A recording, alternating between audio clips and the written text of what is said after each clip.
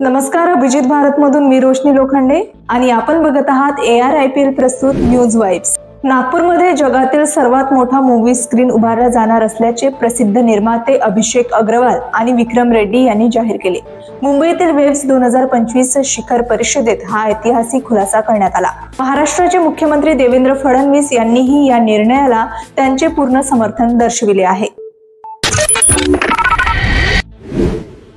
महाराष्ट्रातील 26 जिल्ह्यांमध्ये 10 मे पर्यंत ढगाळ वातावरण तसेच अगदी काही ठिकाणी विजा, वारा व मेघगर्जनेसह किरकोळ पावसाची शक्यता आहे। संपूर्ण महाराष्ट्रात ताशी 45 ते 50 किलोमीटर वेगाने वाहणाऱ्या उत्तरी वाऱ्यामुळे वातावरणात बदल होईल अशी माहिती हवामान तज्ज्ञांनी दिली आहे।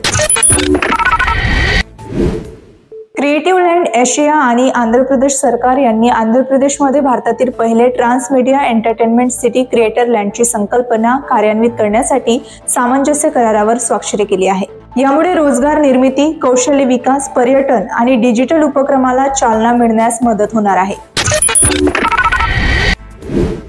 अबुधाबीमध्ये 5 आणि 6 मे रोजी गव्हर्नन्स ऑफ इमर्जिंग टेक्नॉलॉजीज समिटचे आयोजन होणार आहे।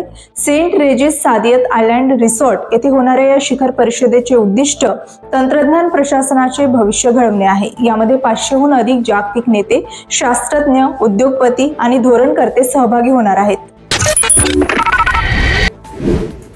अभिनेता अक्षय कुमारचा हाऊसफुल 5 हा चित्रपट 6 जून 2025 रोजी थिएटरमध्ये प्रदर्शित होणार आहे। अक्षय कुमार सोबत अभिषेक बच्चन आणि रितेश देशमुख सुद्धा या चित्रपटात मुख्य भूमिकेत दिसणार आहे। या चित्रपटाचे पहिले गाणे लाल परी देखील प्रदर्शित झाले आहे। 14 वर्षाचा वैभव सूर्यवंशी हा सध्या भारतीय क्रिकेटमध्ये चर्चेचा विषय ठरला आहे।